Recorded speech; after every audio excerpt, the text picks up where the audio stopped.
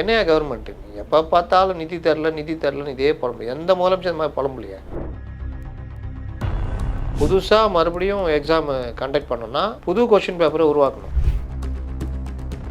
அதிகாரி பிரச்சனை, அதிகாரியை மாற்றி விட்டார், இன்னொரு அதிகாரி கொண்டு வந்துட்டார், அவ்வளோதான், வேலை முடிஞ்சிச்சு. கை தட்டிட்டு போயிட்டு இன்றைக்கி ஒரு பெண்கள் கல்லூரியில் போய் ரஜினிகாந்த் வசனத்தை பேசிகிட்டு இருக்காரு. கஷ்டப்படாமல் எதுவும் கிடைக்காது, கஷ்டப்படாமல் கிடைக்கிறது நிலைக்காது. 11 மருத்துவக் கல்லூரிகள் நாங்கள் கொண்டு வந்தோன்றது. மறுநாள் அவர் எடப்பாடி, நாங்கள் தான் கொண்டு வந்தோம், நீங்கள் அது ஸ்டிக்கர் ஓட்டினீங்க அப்படின்னு. இதை இப்போ ஏமாத்திட்டு என்ன பண்ணுறாங்க? யாராவது நகையை கண்டுபிடிச்சிட்டா அவங்கள கூப்பிட்டுட்டு அதில் ஒரு கொடுமை பாருங்கள், அவங்கள அந்த யூனிஃபார்ம்லேயே எல்லாரும் பாராட்டும். ரஜினிகாந்த் கூப்பிட்டு பாராட்டினாலும் அவங்க அந்த யூனிஃபார்ம் இருக்கும். சார் அவங்க சைடில் விசாரிச்சா இந்த 7வது 8வது இதெல்லாம் மண்டலத்தில் மாற்றி விட்டுருக்காங்க போல இருக்கு. அதில் போனால் உள்ள 1008 பிரச்சனை நடக்குது.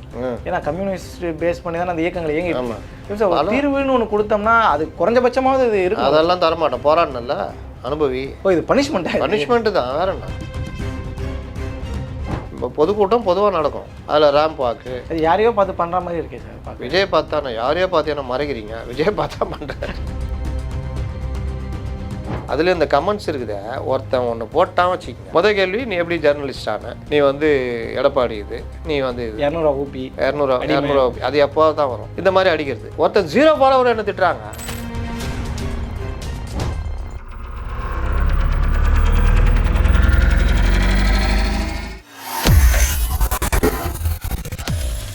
வேலை வேண்டுமா? ப்ளூ ஓஷன் இருக்கிறது. 10th 12th டிப்ளமோ டிகிரி படித்தவர்களுக்கு உணவு, தங்குமிடம், இஎஸ்ஐ, பிஎஃப் இன்சூரன்ஸ் உள்ளிட்ட சலுகைகளுடன் அனுபவத்திற்கேற்ற நல்ல சம்பளம் 15,000 முதல் 30,000 வரை. பெண்களுக்கு முன்னுரிமை. 2,000க்கும் மேற்பட்ட வேலை வாய்ப்புகள் உள்ளன. இப்போதே தொடர்பு கொள்ளுங்கள். Blue ocean.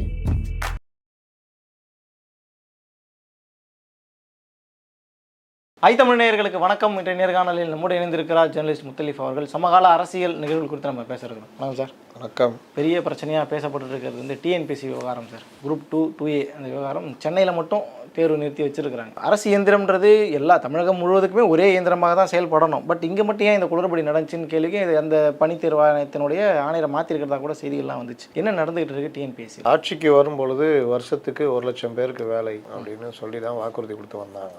ஆனால் மொத்தமே ஒரு 50,000 60,000 பேருக்கு வேலை கொடுத்துருந்தா பெரிய விஷயம். இவ்வளோ கம்மியாக தான் இருக்கும்னு நினைக்கிறேன். அப்போ எந்த லட்சணத்தில் இவர்கள் இயக்கினார்கள்ன்றது ஒன்று. இன்னொன்று, பிடிஆர் இருக்கும் பொழுது, இந்த துறை அமைச்சராக இருக்கும் பொழுது அவர் பல விஷயங்கள், போக்குவரத்து கழகங்கள், நிதித்துறை இந்த மாதிரி இல்லை, நிதியமைச்சர் ப்ளஸ் இதுலேயும் இருந்தார், இதுக்கும் சேர்த்தா இருந்தார். அப்போ போக்குவரத்து கழகங்கள், மின்வாரியம், மற்றதெல்லாம் கூட அவர் எல்லாத்தையுமே டிஎன்பிஎஸ்சிக்குள்ளே கொண்டு வந்தார். அது இல்லாமல் ஓபிஎஸ் காலத்தில் ஒரு தப்பு பண்ணி வச்சிருந்தார். ஓபிஎஸ் யார் வேணால் எழுதிக்கலாம், பீகார்லேருந்து வந்து எழுதிக்கலாம், எங்கேருந்து வேணாலும் இங்கே டிஎன்பிஎஸ்சியில் எழுதி பாஸ் ஆகிக்கலாம், பாஸ் ஆனால் வேலை கிடைச்சிடும் அப்படின்னு. அது மகா அயோக்கியத்தனம். அதில் இவர் நீ யார் வேணால் வந்து எழுதிக்கலாம், ஆனால் தமிழ் தெரியணுன்றதை மாற்றினார். அதாவது Tamil to English translation, English to Tamil translation, Tamil செய்யுள், இந்த மாதிரிலாம். அது வட இந்தியாவிலேருந்து வந்து பண்ண முடியுமா? அப்போ இயற்கையாகவே இங்கே தமிழ் தெரிந்தவர். அதுலேயும் இன்னொன்று என்னென்னா, இந்த இங்கிலீஷ் மீடியத்தில் படித்தவன், கொஞ்சம் உயர் ரக இது, சுத்தமாக தமிழ் தெரியாத ஆள் கூட அரசு வேலைக்கு போக முடியாத நிலைமையை உருவாக்கினாங்க. இப்போ தமிழ்நாட்டில் அரசு வேலை வாங்கினா நல்லா தமிழ் தெரியணும் அப்படின்ற ஒரு இதையும் உருவாக்கினாங்க. ஆனால் மற்ற இதில் வேலை கொடுக்குறது பண்ணாங்களா, இல்லை காலி பணியில் நிரப்புனாங்களா? எவ்வளோ லட்சம் பேர் ரிட்டையர்ட் ஆகிறது, பல காரணங்களால் வெளியே வருது, அந்த காலி பணியில் நிரப்புனாங்களா? ஒன்றுமே இல்லை. இருக்கிறதையா ஒழுங்காக நடத்தின ஒரு எக்ஸாம் நடத்தி 1 வருஷத்துக்கு மேலே ஆச்சு அந்த ரிசல்ட்டை வெளியிடுறதுக்கு. ஞாபகம் இருக்கா? இந்த மாதிரிலாம் பண்ணிவிட்டு இப்போது இதில் சில இது வந்து டிஎன்பிஎஸ்சி இல்லாமையே டிஎன்பிஎஸ்சிக்குள்ளே கொண்டு வர மாட்டோம்னு, எல்லாத்தையுமே கொண்டு வரணும் தான் சட்டம், கொண்டு வராமே பண்ணுவோன்ற மாதிரியே சில இதெல்லாம் பண்ணாங்க. அதில் தான் இப்போ கூட ஒரு புகார் வந்திருக்குல்ல, நேரு அவருடைய இதில்.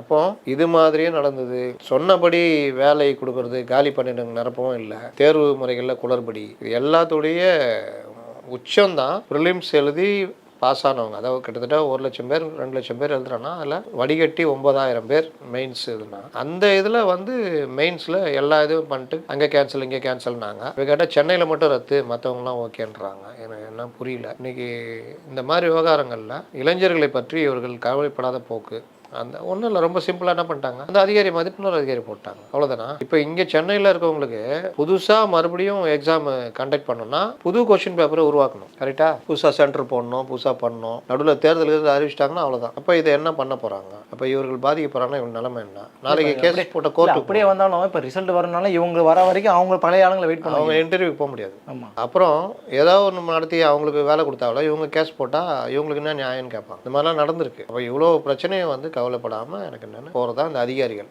என்ன விஷயம்னா அதிகாரிகளுடைய ஆட்சின்றதுக்குல்ல யார் என்ன நடந்தாலும் சிஎம் தானே சொல்லிக்கலாம் நம்ம சிஎம் அப்படின்ற ஒரு மனப்பான்மை இருக்குல்ல, அதனுடைய வெளிப்பாடு தான் இது. டிஜிபி ஹெச்ஓபிஎஃப் போடணும் வேணாம் சார், பேனல் அனுப்பணும் அமிச்சிக்கலாம் சார், அமிச்சா அவங்க வந்துடுவாங்க, அதனால் வேணாம். கோர்ட்டில் ஒருத்தர் கேஸ் போடுறாங்க, கோர்ட்டில் போய் தமிழ்நாடு கவர்மெண்ட் தானே போய் நிற்கணும், அது சொல்லிக்கலாம் சார், ப்ராசஸ் போய்கிட்டு இருக்குது. சரி, ஆனால் போகல, டிஜிபி ரிட்டையர் ஆகிறாரு, உடனே பொறுப்பு டிஜிபி போடுறீங்க, அது கோர்ட்டுடைய உத்தரவுக்கு எதிரானது. அதுக்கு கோர்ட்டுக்கு இது உச்சநீதிமன்றத்துக்கு என்ட்ரி திபன் போகிறாரு, அங்கே போய் என்ன சொல்கிறாங்க, சார் பேனல் அமிச்சிட்டோம், அது வர வரைக்கும் வெயிட் பண்ணுறோம், வந்தோடனே நாங்கள் போட்டுடுறோம் சார். மறுபடியும் இங்கே பேனல் வந்து 2-3 மாதம் மேலே ஆகுது. அவங்க ஷார்ட்லிஸ்ட் பண்ணி எடுக்க சொல்லிட்டாங்களே அவங்க தான். எப்போவோ அமிச்சிட்டாங்க, ஆனால் இப்போ வரைக்கும் நியமனம் இல்லை. மறுபடியும் ஒரு கண்டெம்ட் இப்போ உச்சநீதிமன்றத்தில் விசாரணை. உச்சநீதிமன்றம் என்ன சொல்லுது, இப்போ தெலுங்கானாவில் இதே மாதிரி பேனல் அனுப்பாததுக்கு கடுமையாக கண்டனம் தெரிவிச்சிருக்கு. இந்த வேலைலாம் பண்ணுற யாராக இருந்தாலும் அவங்க மேலே நடவடிக்கை எடுக்கணும், கவர்மெண்ட்டு மேலேயும் இது வந்து கண்டெம்ட் கொண்டு வரணும். ஆனால் இவங்க அதெல்லாம் பண்ணி முடிச்சு பேனல் வந்து நியமிக்காமல் பொறுப்பு டிஜிபி வச்சு ஓட்டிகிட்டு இருக்கிறாங்க. அப்போ இதெல்லாம் என்ன முதல்வருக்கு தெரியுமா? அப்படி தெரிஞ்சால் இது என்ன இதுன்னு கூட கேட்க மாட்டாரா? என்ன இது, ஏன் அப்படி பண்ணுறீங்க? உன் அதிகாரியில் யாராவது ஒருத்தர் வந்துட்டு போட்டுமே, நமக்கு என்ன ஆக போகுது? நம்மளை மீறி செயல்பட்டுருவாங்களா? ஒரு ஹெச்ஓபிஎஃப் முதல்வர் அமைச்சரை மீறி எதாவது செய்ய முடியுமா?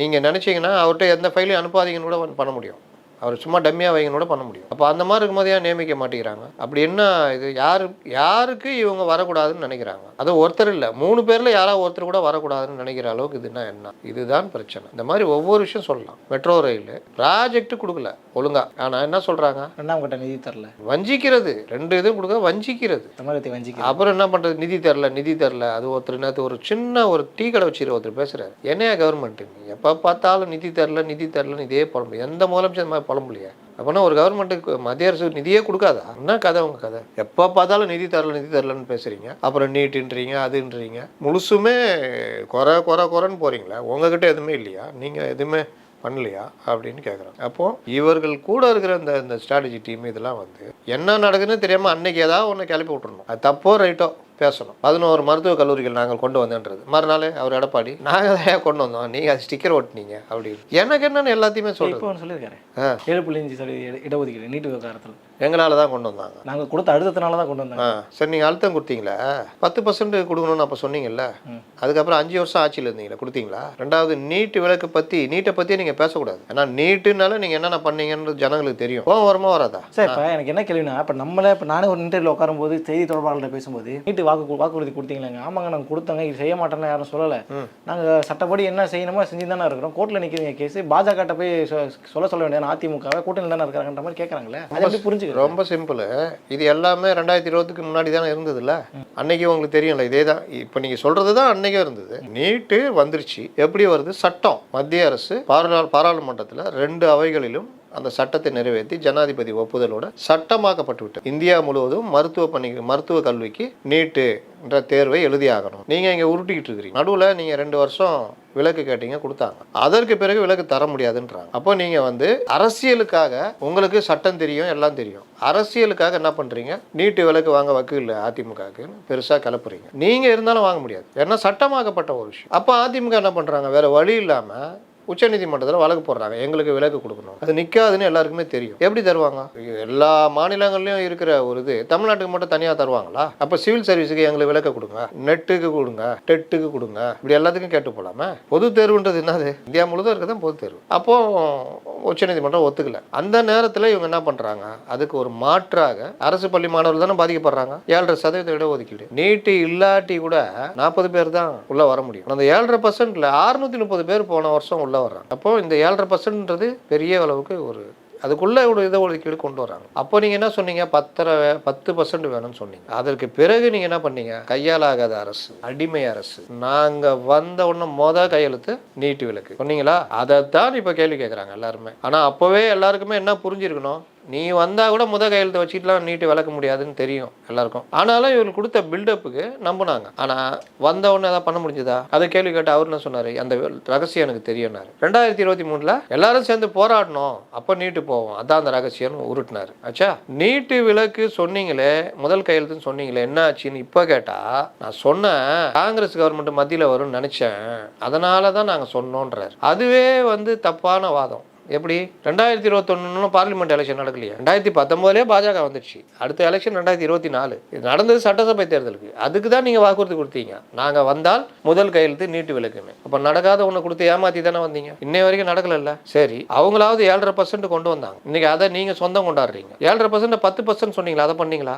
பண்ணல. சரி, நீட்டை மாற்ற முடியாதுன்னு தெரியும். அப்போ இருக்கிற வரைக்கும் நீட்டில் மாணவர்களுக்கு பயிற்சி கொடுக்கறதுக்கு மாவட்டத்துக்கு 2 இலவச பயிற்சி மையம் ஃபர்ஸ்ட் டைம் எழுதிட்டு வராங்கல்ல. நீட் எத்தனை வயசு வரைக்கும் எழுதலாம் தெரியும்ல. நீட்டும் சாதாரண இந்த முறையும் கேட்டிங்கன்னா நீட் எவ்வளோ பெஸ்ட்டு. இவர்கள் ஒரு கருத்தை உருவாக்கிட்டாங்க. ஆனால் நீட்டு தான் பெஸ்ட்டு. எப்படின்னா, நீட்டுக்கு முன்னாடி வரைக்கும் தனியார் மருத்துவக் கல்லூரிகள், அந்த டூம்ட் யூனிவர்சிட்டி அதெல்லாம் சொல்லுவாங்க. ஏற்கனவே இதை பற்றி டீட்டெயிலாக நீங்கள் பேசுகிறீங்க. கோடிக்கணக்கில் சம்பாரிச்சாங்க. இவங்க வந்து 15 லட்சம் இது பண்ணிட்டாங்க. அப்போ நீட்டுனால அவ்வளோ லாபம் இருக்குது. பாதிப்பு யாருக்கு? நம்ம டீம்டு யூனிவர்சிட்டி இந்த மாதிரிலாம் பண்ணிக்கிட்டு பணம் பார்த்தவங்களாம். நீட் இல்லாத முடியாது. நீங்கள் யார் வேணால் 700 மார்க் எடுத்தவங்க கூட வாங்கிடலாம் துட்டு இருந்தா. இப்போ நீ 700 மார்க்கே கூட இருந்துக்க ராசா, நீட்டு எழுதி அதில் கட்டாப்பில் நீ வரணும். அதில் அந்த கட்டாப்புக்கு ஒரு இது இருக்குல்ல, அதில் கொஞ்சம் கூட இருந்தால் தான் நீ இது பண்ண முடியும். அதில் டாப்பில் இருந்தால் ஏழை வீட்டு குழந்தை கூட நேரடியாக கவர்மெண்ட் காலேஜில் போய் சேரலாம். அப்போ பல பேர் ஏழை வீட்டு குழந்தைகள், எனக்கு தெரிஞ்ச நண்பர் ஒருத்தருடைய குழந்தை 8000 ரூபா மெட்ராஸ் மெடிக்கல் காலேஜில் ஒரு அர்ச்சகருடைய பொண்ணு, அது ஒரு இதில் சேருது. இந்த மாதிரி அவங்களாம் நினச்சி பார்க்க முடியுமா? இப்போ அதை உருவாக்கி கொடுக்குறது நீட்டு. சரி, நீங்கள் சொன்னீங்க 10%, அதையும் பண்ணலை. இல்லை, குறைந்தபட்சம் நீட்டு வர்ற வரைக்கும், நீட்டை நீங்கள் சொல்கிற அந்த விலக்கு வர்ற வரைக்கும் அவர்களை தயார்படுத்துகிற வேலையாக பண்ணணும்ல. நீங்கள் எதுவுமே பண்ணலை. ஆனால் உருட்டிக்கிட்டு இருந்தீங்க. ஐயோ அனிதா அப்படின்னு அழுதுகிட்டலாம். ஆனால் என்ன ஆச்சு? 2 பயிற்சி மையம் தான். ஒன்று இங்கே சைதாப்பேட்டில், இன்னொன்று எங்கேயோ அந்த திருப்பூரோ எங்கேயோ ஒன்று இருக்குது. 2 தான். மாவட்டத்துக்கு 2 வைக்கணும். செய்யலை. என்ன நடக்குது? மாணவர்கள்லேருந்து எல்லோருமே அது தயாராகிட்டாங்க. நீங்கள் சொன்ன பயமுறுத்தல் எல்லாத்தையும் மீறி வாடா நீட்டு இந்த வருஷம்னா அடுத்த வருஷம், அடுத்த வருஷம்னா அடுத்த வருஷம். புரியுதா? ஒருத்தர் வேலைக்கு சேர்ந்து நீட்டு கிடைக்கல, போலீஸில் தேர்வு எழுதி கான்ஸ்டபிளாக செலக்ட் ஆகிட்டார் ஆயுதப்படையில். அதுக்கப்புறமா நீட் எழுதுறாரு. நீட் செலக்ட் ஆனோன்னு இதை ரிசைன் பண்ணிட்டு அங்கே வேலைக்கு போயிட்டார். இதுக்கு படிக்க போயிட்டார். ஒருத்தர் 50 வயசு நீட்டில் பாஸ் ஆகிட்டார். அவர்கிட்ட போய் அதிகாரிங்க கெஞ்சிறாங்க, சார் தயவுசெய்து கொஞ்சம் இது பண்ணுங்க சார், அந்த இடத்துக்கு ஒரு சின்ன பையனை கொண்டு வருவோம் சார், படிக்க வைக்குது. முடியாது, நான் படிச்சே தீர்வேனா ஒன்றும் பண்ண முடியாது. அவங்க விருப்பம் தானே, கை வைக்க முடியாது. அந்த மாதிரி வசதி நீட்டில் இருக்குது. அப்போ இது உருட்டு தானே.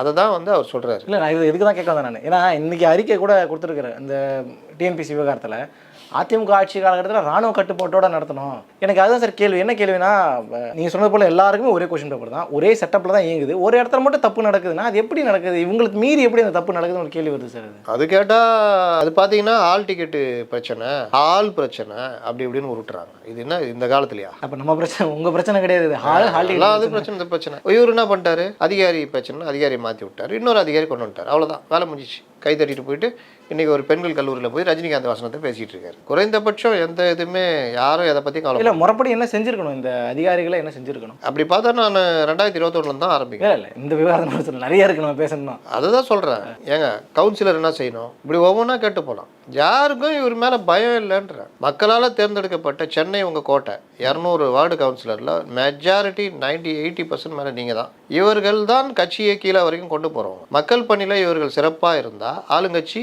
இது டபுள் இன்ஜின் சர்க்கார் மாதிரி, மாநகராட்சி நீங்களே, அரசும் நீங்களே. இப்போ பல விஷயங்களை சென்னைக்கு பண்ணியிருந்தாங்கன்னா சென்னையில் இவ்வளோ கெட்ட பேர் வராது. இதை தாண்டி மாதம் ஒரு முறை நடக்கிற மாநகராட்சி கூட்டத்திற்கு ஒரு நாள் கலந்துக்கணும். மாதத்தில் ஒரு நாள் தான், அது முன்கூட்டியே சொல்லி அன்னைக்கு கலந்துக்குவாங்க. அதுக்கு படி உண்டு, சாப்பாடு உண்டு, எல்லாம் உண்டு. அதுக்கு கூட ஒரு 60% பேர் வரமாட்டாங்க திமுக கவுன்சிலர்களை. இதை பத்திரிகையில் வந்துடுச்சு, டிவியில் வந்துடுச்சு, மேயர் கண்டிச்சிட்டாங்க, எல்லாம் நடந்த பிறகு மாறல. அப்போ இதை வந்து யார் கேட்கணும்? நீங்கள் சொல்லுங்கள், என்ன பண்ணணும்? இதுக்கு கட்சி தலைவர்ன்ற முறையில் அவர் தான் கேட்டாங்க. முதல்வர் கேட்கணும், முதல்வர்ன்ற முறையிலையும் கேட்கணும். ஜெயலலிதா ஒரு தடவை நடத்தின ஞாபகம் இருக்குதா?